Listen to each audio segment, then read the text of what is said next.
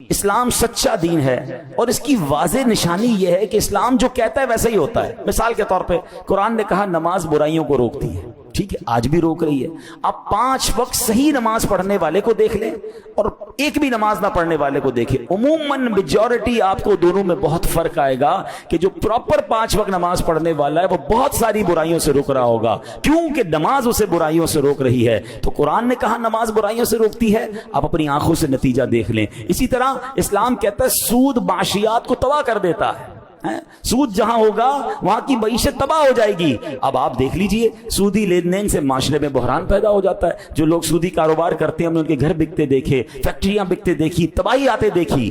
قرآن نے کہا، اسلام نے کہا، نتیجہ ہمارے سامنے ہے۔ جو قرآن کہتا ہے، جو اسلام بتاتا ہے، نتیجہ اپنی آنکھوں سے دیکھ لیں۔ اسی طرح اسلام کہتا ہے تم اللہ پاک کے فرما بردار ہو جاؤ، تمہیں دنیا اور آخرت میں بلندیاں عطا کر دی جائیں گی۔ اب اس کی مثال دیکھ لیں، جو قرون اولا ہے، صحابہ کا دور ہے، تابعین کا دور ہے، ارے سبحان اللہ 10 سال نہیں گزرے تھے مگر وقت کی سپر پاور اس وقت روم اور ایران جو تھے وہ مسلمانوں کے قدموں کے نیچے تھے اور وہاں اسلامی سلطنت قائم ہو گئی۔ کیوں؟ اسلام پر عمل کیا، قرآن پر عمل کیا، اللہ نے عروج عطا فرمایا۔ حضرت عمر بن عبدالعزیز کا صرف 2.5 سال کی حکومت کا دور تھا۔ بتائیں 2.5 سال میں اتنا بڑا انقلاب کون لا سکتا ہے؟ معیشت وہاں پہنچ چکی تھی کہ لوگ زکوٰۃ لے کر نکلتے تھے، زکوٰۃ لینے والا کوئی نہیں ہوتا تھا، زکوٰۃ دینا چاہتے تھے، زکوٰۃ لینے والا کوئی نہیں ہوتا تھا، ہر طرف معاشی طور پر، اور اس طرح امن و سکون اور کاروبار بڑھ چکا تھا۔ کیا ہوا تھا؟ قرآن پر عمل کیا، سنت پر عمل کیا، شریعت پر عمل کیا۔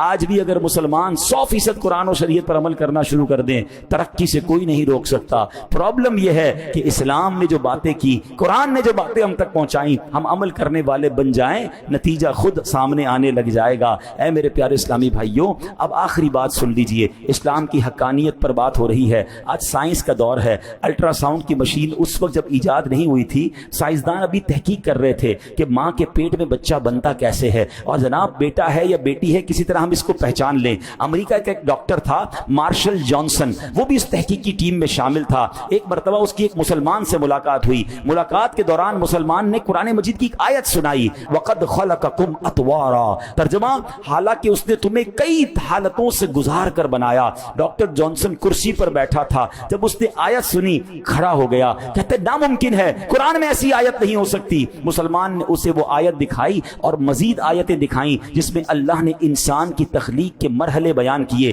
کہ ماں کے پیٹ میں بچہ کس کس طور پہ آگے بڑھتا ہے۔ وہ سنتا گیا اور پھر کہتا ہے یا تو تمہارے نبی محمد صلی اللہ علیہ وسلم کے پاس الٹرا ساؤنڈ کی مشین تھی، وہ پہلے الٹرا ساؤنڈ لگاتے تھے اور پیٹ میں ماں کے یہاں بچہ کیسے بنتا ہے، پھر یہ آیتیں انہوں نے لکھی ہیں۔ اور اگر 1400 سال پہلے تو پاسبل نہیں ہے مشین ہوگی، تو میں اس بات کو مانتا ہوں کہ وہ اللہ کے سچے نبی ہیں۔ قرآن اللہ کی کتاب ہے، یہ کلام اللہ ہے۔ انسان کو تو آج پتا چلا ہے، تمہارا قرآن 1400 سال پہلے بتا رہا ہے کہ بچہ کس طرح ماں کے پیٹ میں بڑھ رہا ہے۔ تو ایسی ایسی دلیلیں ہیں کہ جو جتنا قرآن میں ڈیپ ڈاؤن جاتا ہے، جتنا ریسرچ کرتا ہے، جتنا سمجھتا ہے، اس کے سامنے اللہ کی قدرت کی سبحان اللہ شان ظاہر ہو جاتی ہیں۔ مگر بات یہ ہے کہ دل پاک ہو، دل صاف ہو، یا اللہ نے ہدایت دینی ہو تو اللہ ہدایت دے دیتا ہے۔ اللہ مجھے اور آپ کو قرآن پر، اسلام پر سچا یقین بھی نصیب فرمائے اور اس کی تعلیمات عمل کرنے کی توفیق عطا فرمائے۔